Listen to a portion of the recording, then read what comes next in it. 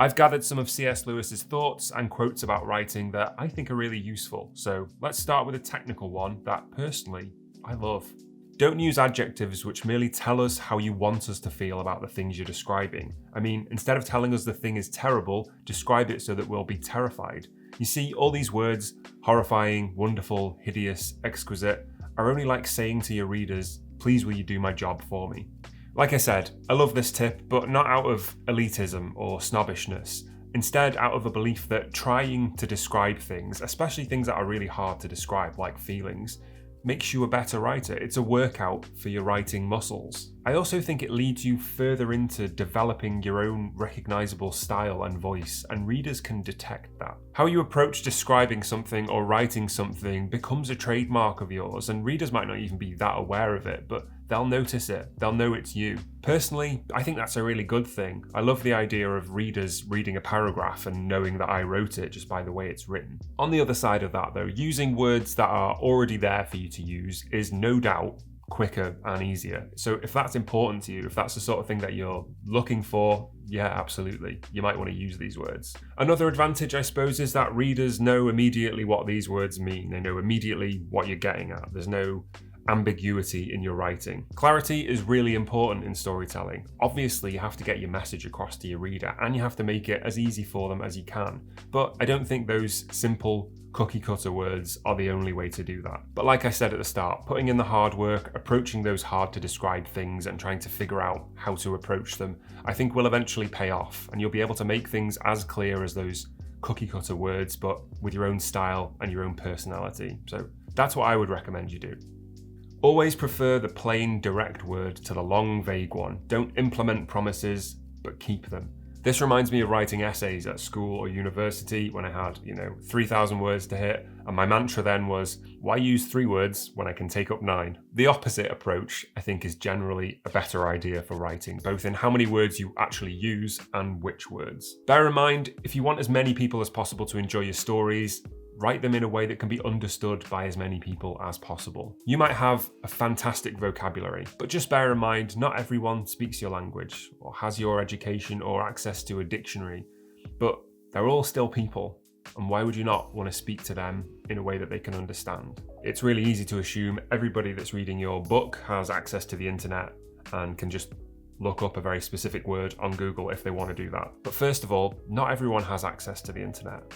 That's just not the case. And it could be that somebody just has your paperback and no way to look anything up. That might only apply to a small percentage of your readership perhaps, but there'll be a larger percentage that still don't really want to have to come out of your book and look up a word and then go back into it and apply what they now know about that word in order to understand your paragraph.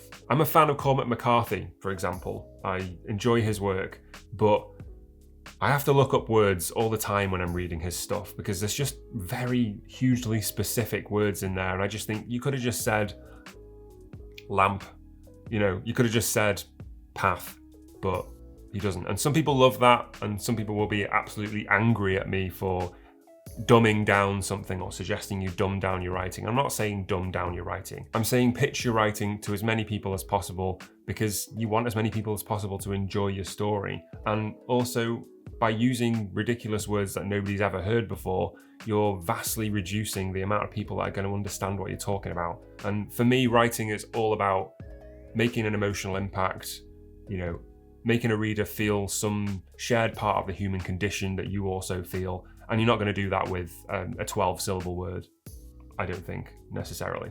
I'm split on this one because I love those Cormac McCarthy books and I love learning new words, and I'm absolutely not anti-learning. I would hope you know that if you've seen any other of my videos. I'm all about learning, but I'm also about reaching people and the power of storytelling, and a lot of that lies in simplicity and clarity.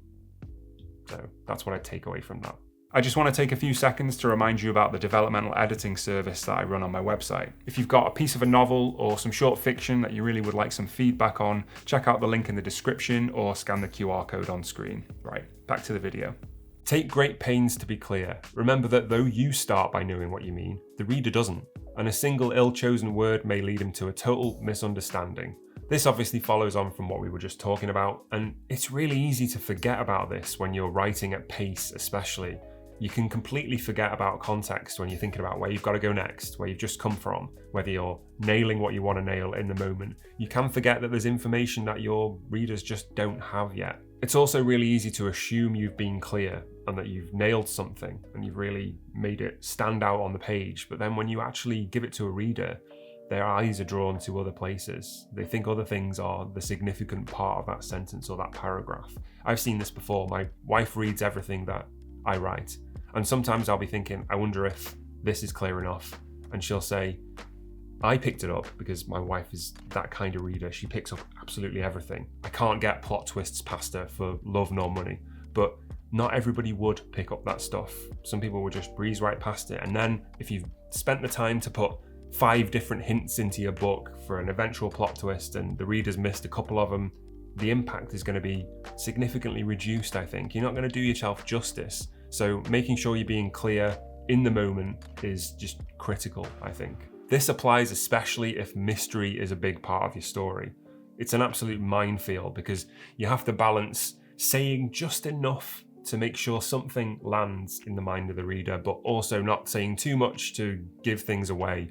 And, they realize the butler did it in the first 30 pages and then the rest of the book is boring, waiting for them to be confirmed that they were in fact correct. I have a big problem in my writing, and it's actually the opposite of this, the other side of this, which is I tend to make things too obvious. I over-explain to the point where it's like, yeah, we get it, I know. My wife picks this up all the time and says, you can tone that down because people know. You're fine. I feel like a lot of the time in these author advice videos, I talk about balance. I say just enough, but not too much. I think I've already said it in this video, actually. But this is another one where it's just true. Don't oversimplify, because you'll take all of the personality and potentially all of the mystery out of your work. But don't over-explain, because you'll take all of the impact and all of the enjoyment out of reading it. Don't use words too big for the subject. Don't say infinitely when you mean very. Otherwise you'll have no word left when you want to talk about something really infinite. That's a really good point, I think, and it's not something I've come across in one of these author advice videos before. Save something back for when you really need to make an impact. Absolutely makes sense. Another reason to do this, though, is I think if you write everything to be so incredibly dramatic and give it both barrels 100% of the time, that's A, really exhausting to read, I think, and B, unsustainable to write, because you can't keep topping it. I think a lot of new writers can approach storytelling not feeling all that confident, and that's understandable. Writing's really difficult to do, and there's a lot of criticism out there for people that are just starting out. There's criticism out there for people that have been doing it for, 50 years, so people naturally think, well, what can I do if that person's getting slated for a bad book? So what they tend to do is think, right, I've got to come out of the starting blocks, making an impact, I've got to make everything dramatic and it's got to be exciting straight from the off, and all of that can help you.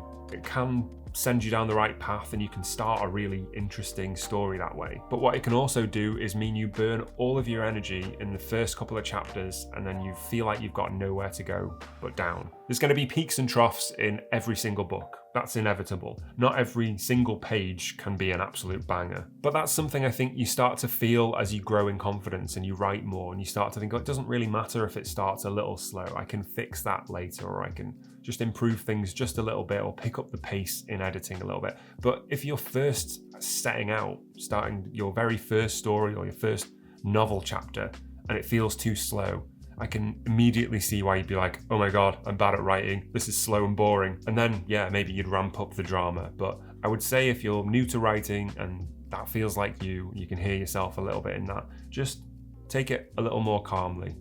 Start slow and build on it rather than start fast and run out of energy. Because the very worst thing you can do when you're writing your first book is not finish it. I think it's far better to finish a not great book than to write the opening of 20 really good ones. You have to learn the entire storytelling process from start to finish all the way through. And what I think that's all about, to bring it back to C.S. Lewis's point, is managing your energy levels and managing your resource levels. Have the drama, absolutely, but make sure you've got enough energy and enough resources and you've got, headroom for when those dramatic events happen and you can lean into them and make them extra dramatic, because the rest of the story isn't completely peaking out at 100% all the time, because that's just going to be really tiring both to read and to write. Write about what really interests you, whether it's real things or imaginary things, and nothing else. Notice this means that if you're interested only in writing, you'll never be a writer because you'll have nothing to write about. This is a really interesting point. I hate whenever anybody, no matter who it is, even if it's a famous writer, says you'll never be a writer because of this. I hate that. So take that with a pinch of salt, because everybody is capable of change and progression and growth. And to give the message that you'll never be a writer because of this, fundamentally is going to make somebody give up that didn't have to. That's just my take on that. However, what this reminds me of is a comment I received on a video, I don't know when it was, at least a year ago now. And someone said, I want to be a person who's written a book, but I don't really have any ideas. And why I remember that comment is because I started typing out a response to it, and then I thought, I'm just not going to waste my time. I'm here for the writers. I'm here for the people that actually want to do it. Not the people that are doing it, not the people that are good at it, the people that want to do it. The people that have a story that they want to tell, or multiple millions of stories, and just don't know quite how to get them out yet or how to start. Those are the people I'm here for. Those are the ones that I want to help and that I have a passion for helping. I'm editing this video at the moment and I realized I didn't really do a very good job of what I just said. Happens a lot. What I meant is, I'm here for people who are putting the effort into learning the craft of writing no matter what stage they're at. Whether you're already writing and you just want to get better, or you're just starting out now and you want to figure it all out, or you're just interested in learning and you want to get started. Those are the people that I'm here for. The whole spectrum of writers who are doing the thing or trying to do the thing. That's the point I was trying to make. So back to the video. I think if you just want to have written a book and you don't actually have any interest in learning to do it or telling a story, if you're not excited for getting your story down and seeing where it goes and seeing what people's reaction to it is, or, making a statement, saying something about the world or something that matters to you, instead you just want to be able to hold a book up and say, I wrote that, then to me, that's not really what being a writer is all about. Maybe that's not quite what C.S. Lewis was talking about here. He's probably thinking about the fact that you need to have a life in order to inspire you to write stories about life, and that old advice, which is go out and have adventures and then you'll find something to write about, which, I'm 50-50 on that. But overall, what I think is really useful about this point and what's worth remembering is that you don't have to be concerned about what's writerly to write about, or what's literary, or what's worth writing about. Because if you love a thing, whatever that thing is, other people will love it too, and then there will be a Venn diagram of people who love both reading and that thing, and that's called a target audience. In fact, that very point leads me to a quote from C.S. Lewis that says this: "Friendship is born at the moment when one man says to another, 'What, you too? I thought that no one but myself.'" Writing's hard, but we don't have to do it on our own. So if you're looking for some more advice from famous authors, I've got an entire playlist I've been working on up there. Maybe your favourite author is among them. As always, thank you so much for watching, and happy writing.